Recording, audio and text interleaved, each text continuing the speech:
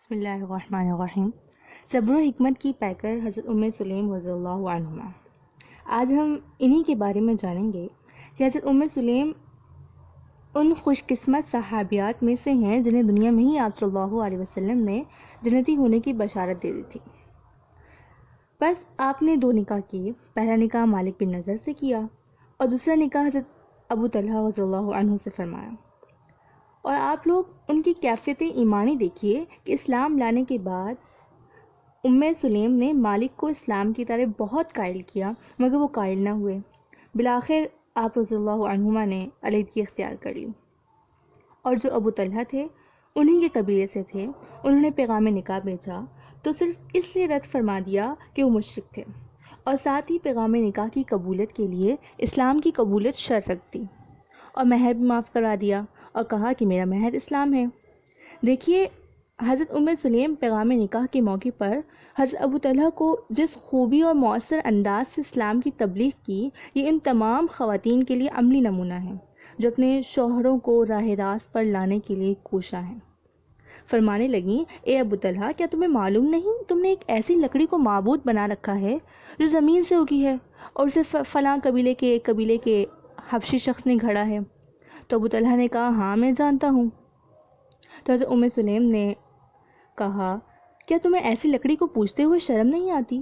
تم جیسے آدمی کا پیغام رد نہیں کیا جا سکتا، لیکن میں مسلمان ہو چکی ہوں اور تم ابھی کافر ہو۔ اگر تم اسلام لے آؤ تو مجھے اس کے سوا کوئی مہر نہیں چاہیے۔ تو حضرت ابو طلحہ نے کہا کہ تم اس مرتبے کی عورت نہیں کہ تمہارا مہر نہیں بن سکتا، تمہارا مہر تو سونا چاندی ہونا چاہیے۔ تو حضرت سلیم نے فرمایا کہ مجھے سونا نہیں چاہیے اور نہیں چاندنی، بس میں تم سے یہ چاہتی ہوں کہ تم اسلام لے آؤ۔ یہ سن کر حضرت ابو طلحہ کے دل میں اسلام گھر گیا۔ حضور اکرم صلی اللہ علیہ وسلم کی خدمت میں پہنچے۔ آپ صلی اللہ علیہ وسلم صحابہ کے درمیان تشریف فرما تھے کہ حضرت ابو طلحہ کو آتے ہوئے دیکھ کر آپ صلی اللہ علیہ وسلم نے صحابہ سے فرمایا، ابو طلحہ تمہارے پاس اس حال میں آئے ہیں کہ ان کی آنکھوں کے درمیان اسلام کا نور چمک رہا ہے۔ اس کے بعد حضرت ابو طلحہ رضی اللہ عنہ اسلام لے آئے، اور حضرت سلیم رضی اللہ عنہ ان کے ساتھ رشتہ ازدواج میں منسلک ہو گئیں۔ حضرت سلیم رضی اللہ عنہما کے 3 بیٹے تھے۔ پہلے بیٹے حضرت انس رضی اللہ، جو مشہور صحابی رسول اللہ ہیں، یہ آپ رضی اللہ کے پہلے شوہر مالک بن نضر سے تھے، جبکہ حضرت ابو طلحہ رضی اللہ عنہ سے 2 بیٹے ہوئے، حضرت ابو عمیر جو صغیر یعنی بچپن میں ہی وفات پا گئے، اور دوسرے عبداللہ، انہی سے نسل چلی۔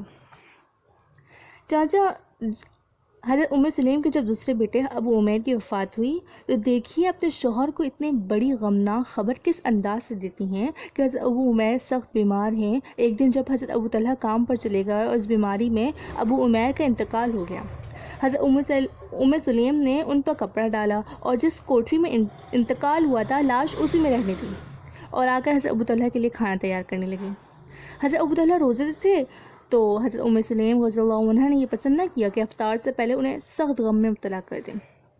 چنانچہ جب حضرت ابو طلحہ جب شام کے وقت گھر تشریف لائے تو بچے کا حال پوچھا اور اسے دیکھنے کے لیے کوٹری کی طرف جانے لگے تو سلیم نے کہا، وہ بہت اچھی حالت میں، اسے آرام کرنے دیجیے۔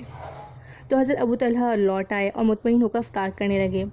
پھر حسب معمول حضرت سلیم جو ہے نے سنگھار وغیرہ کیا اور گھر کے ماحول پر حادثے کا معمولی اثر بھی نہیں آنے دیا، اور رات حسب معمول ہنستے کھیلتے گزار دی۔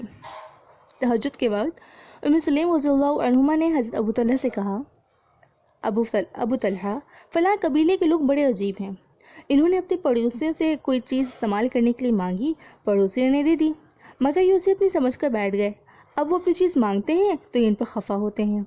تو حضرت ابو طلحہ نے کہا، انہوں نے تو بہت برا کیا، یہ تو انصاف کے خلاف ہے۔ اس پر سلیم بولی، آپ کا بیٹا بھی اللہ نے آپ کو بطور امانت دیا تھا اور اب اسے واپس لے لیا ہے، وہی اس کا مالک ہے، لہٰذا ہمیں صبر کے سوا کوئی چارہ نہیں ہے۔ تو حضرت ابو طلحہ یہ سن کر بہت ناراض ہوئے اور جا کر حضور اکرم صلی اللہ علیہ وسلم سے اس بات کی شکایت کی کہ سلیم نے میرے ساتھ ایسا معاملہ فرمایا ہے۔ تو آپ صلی اللہ علیہ وسلم نے جواب میں فرمایا، اے ابو طلحہ، اللہ نے تمہیں گزشتہ رات میں تم پر بڑی برکتیں نازل کی ہیں۔ چانچہ اس رات کی برکت سے ان کے ہاں عبداللہ پیدا ہوا اور ان کی نسل سے 9 بیٹے پیدا ہوئے، اور سب کہ سب قرآن کے حافظ تھے. سبحان اللہ.